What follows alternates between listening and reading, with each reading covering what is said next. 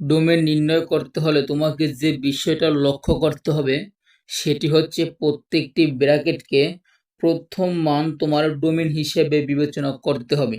তাহলে domain D দ্বারা প্রকাশ করে।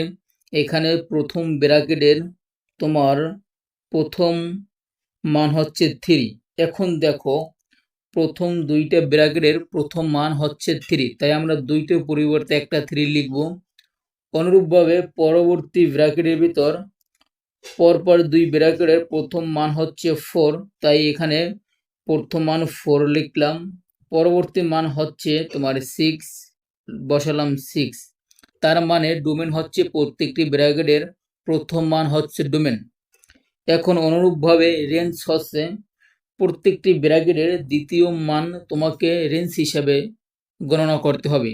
দেখো তাহলে পরপর দুটি ব্র্যাকেটের শেষের মান হচ্ছে 4, তাই আমরা দুটি মানের পরিবর্তে আমরা একটি 4 বসাবো। অনুরূপভাবে পরবর্তী দুটি ব্র্যাকেটের শেষের মানগুলো হচ্ছে 5, তাই আমরা দুইটা 5-এর পরিবর্তে একটা 5 বসাবো।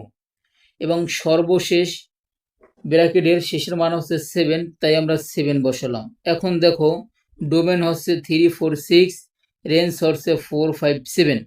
দেখো সবসময় দুইটা থাকুক তিনটে থাকুক একই মানের হলে তার পরিবর্তে লিখবা একটি।